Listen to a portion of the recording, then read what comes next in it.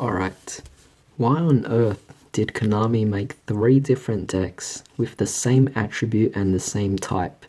F.A.s, Mecha Phantom Beasts, and Speedroids. All machines and all wins.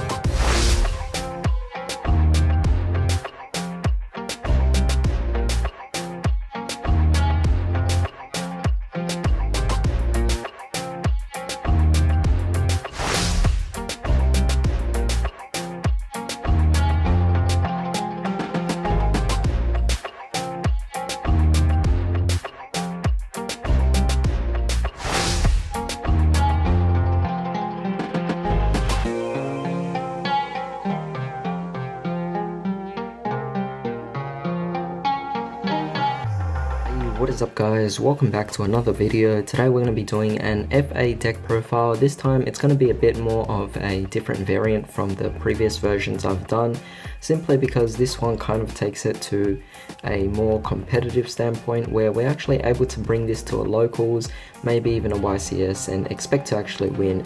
I thought it was kind of appropriate because right now a lot of us are starting to get out of our homes and go out a bit more, and not to mention that a lot of events are actually starting up again, so because of that I think a lot of us want to actually test our action and see how things can go here. So with that being said, let's just get started. To begin with monsters, we're playing 2 copies here of FA Dark Dragstar. Dark Dragstar is a really good card obviously because of its easy summoning conditions, but also its effect to also destroy monsters. And given that when you activate any of your supporting spells or traps for FAs, it can just gain its own level as well, allowing it plenty of materials to actually, or plenty of resources to really just destroy whatever you actually want from your opponent here. Moving on, we're playing 3 copies here of FA Hang On Mark. Hang On Mark, again, just one of our crucial cards in the deck, pretty much the walking Dark Lord. Of course, we can't forget about 3 copies here of our Whip Crosser. Whip Crosser is still a really amazing card, pretty much just preventing your opponent from utilizing hand traps, but also just any kind of card that activates in the hand. That goes without saying that our Auto Navigator is also one of our most crucial cards in the deck as well, so without a doubt it sticks at 3. However, with that being said, we are definitely going to be playing 2 different cards here.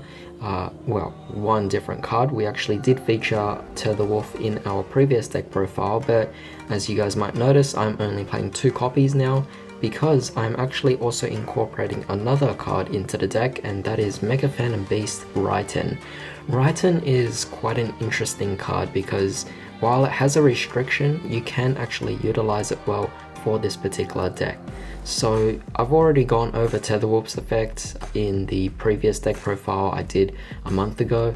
This particular version, obviously completely different, with Raiten being the new factor here. So its effect is you can discard 1 card and special summon a Mecha Phantom Beast token, level 3, attack and defense 0, it's a wind, that doesn't really matter, it's mainly just the fact that it's level 3.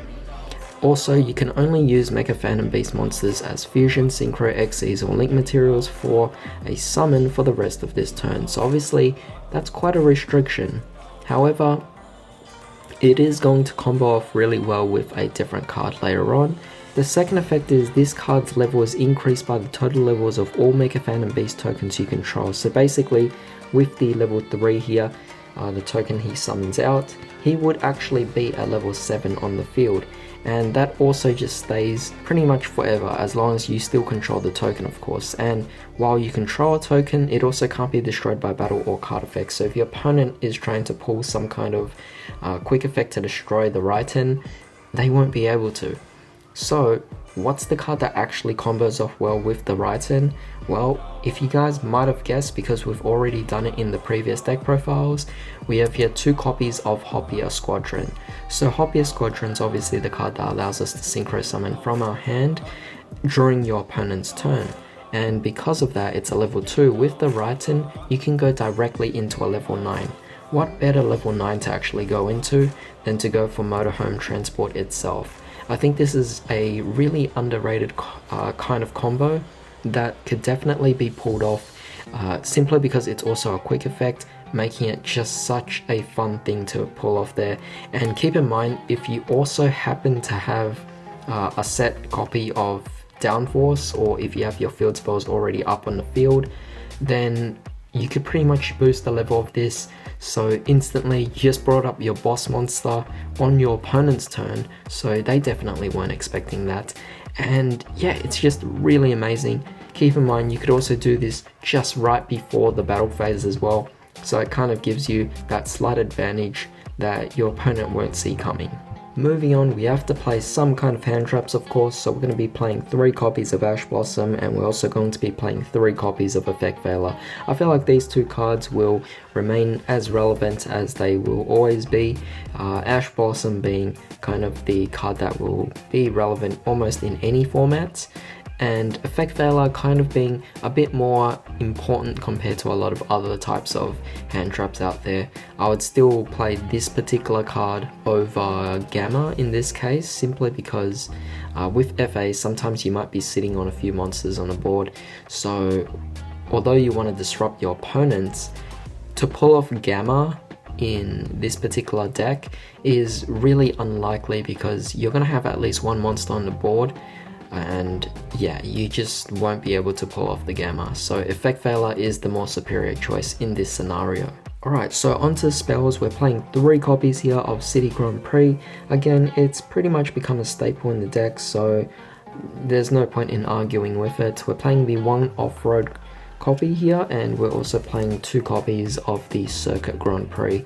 So yeah, this is definitely a bit of a change for you guys, because I used to play 1 circuit and 2 off-road, but I wanted to change things up a bit because this only affects it during the main phase, this affects it during the battle phase, and I just wanted to try something a little bit different, just because when you destroy an opponent's monster by battle, you could actually draw a card off Circuit's effect, and I felt that it was something that I kind of wanted to try out, not to mention the fact that it makes my FA monsters stronger during the battle phase as well, which I kind of wanted to have a more active part during the battle phase, so the off-road kind of just slowed its way out of things and gave way for the circuit to come in. With that being said, we're also playing 3 copies here of Test Run. I absolutely love the card. I think it's quite amazing, and it works incredibly well in the battle phase as well, obviously because it's a quick play spell. We also have here FA Downforce. Downforce, again, just increasing your monster's attack makes sense, of course, and we're playing 1 Pit Stop. I decreased it back down to 1. It was really difficult fitting in cards into this particular deck. This is actually a 43 card deck, which is quite big, of course, but you know, with FA Pit Stop, it was still a card that I couldn't fully cut out, and you know, it was one of the cards that were a bit more easy to cut out compared to Downforce or Test Run. For a bunch of the one-offs, we're playing the set rotation. It will kind of remain as the staple of this deck for the rest of its time being played, of course. And we have 1 for 1 and also Caught by the Grave. These cards are just really great. I did take out the Mind Control, and I think it's okay as a move here to do because of the fact that I'm already playing 43 cards in the deck. To increase it to 44 with the extra Mind Control, honestly, I felt that it really wasn't necessary anymore. For the remaining cards of the deck, we're playing 2 copies here of Limiter Removal, and we're also playing 2 copies here of Wear After. Now these 2 cards obviously are new additions to the deck, Limiter Removal being the case that I'm taking a more active part in the battle phase. So with Limiter Removal, it's definitely great, even just to finish the opponents off as an OTK as well, and otherwise it kind of acts as its own very trap card, just like Downforce, and makes your FA stronger, which I definitely like here. As for Wear After, I kind of wanted to go for a more faster play as well, kind of drawing in. This is kind of also playing into the whole factor as to why I'm playing my Circuit Grand Prix, to draw into the cards, and together with the Pit Stop as well and the Wear After, I'm kind of getting over the deck itself much quicker than I usually would. So because of that, 2 copies of it is okay. And you know, the life point cost doesn't really matter. We're no longer playing the Solemn Brigade. In fact, we're not even playing any trap cards in this deck anymore. It's just all spell cards. I wanted the deck to be a bit more faster, and this is something that I thought was a better and more logical move, given that in this particular format, I don't want to be sitting around and waiting for the opponent. I also made that video about Harpy's Feather Duster being a bit more active in a lot of decks, and because of that I didn't want to rely on just back row with my particular deck here. So yeah, with this it was definitely a major improvement that I found. Alright, so next we're playing here 2 copies of UA Locker Room. UA Locker Room is a pretty nice card. It is obviously one of the newer cards out there from Phantom Rage, but since it's treated as an FA card, I just thought that it was a really good card. So since this is the first time I'm actually going to be introducing this, I'm basically just going to read out the effect for you guys. So you could basically target an FA monster in this particular scenario, or UA monster you control or in your graveyard, and add it to your hand, and then you also get to gain 500 life points, though that doesn't really matter because you could then after that apply this particular effect. So you can reveal any number of UA or FA monsters from your hand, of course, shuffle them into the deck, then draw cards equal to the number you shuffled in. So with that being said, it's kind of like a great way to recycle, to refreshen your hand. And with F.A.s, it is quite possible that sometimes you might brick, so this card kind of unbricks it, but at the same time also recovering back 1 additional card as well from the grave. I thought 2 copies was kind of appropriate for the fact that it is a hard once per turn. Next we're playing over here 2 copies of UA Hyper Stadium. So this is basically the new field spell for F.A.s, and well, it's technically for UAs, but in the case it can work for F.A.s as well. As soon as you activate it, you can actually just add any F.A. card, well, monster particularly, from your deck to your hand, which is really amazing. But its second effect also allows you to do an additional normal summon of an FA monster, which is definitely very good as well.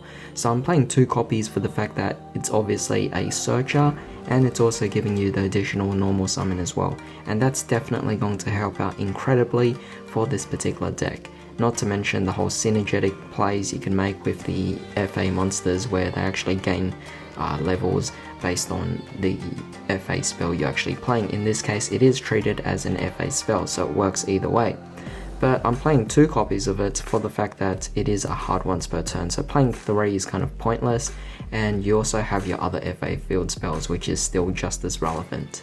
But as you guys can clearly see, I'm playing proxies because I don't have the card yet, but I would easily play 2 copies of it if I actually were able to pull it. So I'm playing 2 copies here of UA Man of the Match. Now this card is not a mandatory card, it's more of an optional card, so you don't actually have to play this card in the deck. I just thought that was a fun card to incorporate into this particular deck profile, because of the fact that this card is always treated as an FA card as well, so it makes it quite fun. Basically, after damage calculation, if your FA monster in this case is destroyed by an opponent's monster by battle or card effect, or if your FA monster actually inflicts battle damage to your opponent, you can special summon any number of FA monsters with different names from your hand or graveyard in defense position. This is obviously a hard once per turn, but even so, you basically get to recover a lot of monsters, going for a lot of big plays in main phase 2, which is absolutely amazing. So I really like that card for that. The only reason why it might not be played as much in the deck is for the fact that it's a trap card, so it is going to be a bit slow, but either way I'm willing to make that small sacrifice to compensate and go for the bigger plays out there, which is definitely quite fun. Now of course, with this particular deck itself, it is definitely very fun actually incorporating all these UA cards, so I'm very glad that I actually discovered all of these. Alright, we can't forget about the extra deck, so we're playing 2 copies here of Shining Star GT, we're playing 2 copies here of Motorhome Transport, and we're playing 2 copies here of Dawn Dragster.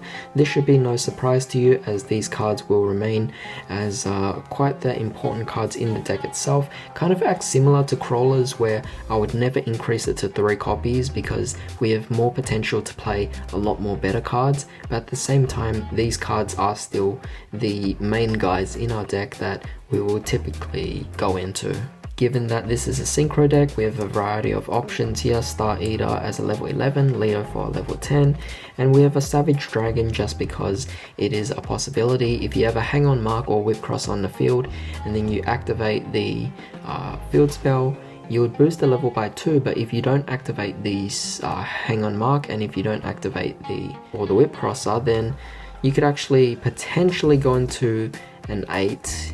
As for the rest of the extra deck, we're playing 1 copy of Avramax, 1 copy of Decode Talker, a Cerberus, a Phoenix, an Akashic Magician for utilities, and the Link Rebo just because we have that lone auto navigator in our deck, and we also have Effect Veiler as well, so if it becomes necessary then I would definitely go into it. And Avramax I chose as the main level or the Link 4 in the deck because of the fact that we go into a lot of Link 2s and also Link Rebo with the Decode Talker, or any Link 3 of your choice can go into the Avramax. Decode Talker I chose just because it had that nice beat stick ability to it, or the fact that it was the strongest one I could get, and that's kind of what I wanted to go for with this particular deck.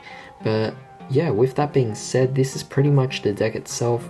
I will not be doing a test hand video because this is very similar to the first test hand video I did on this deck.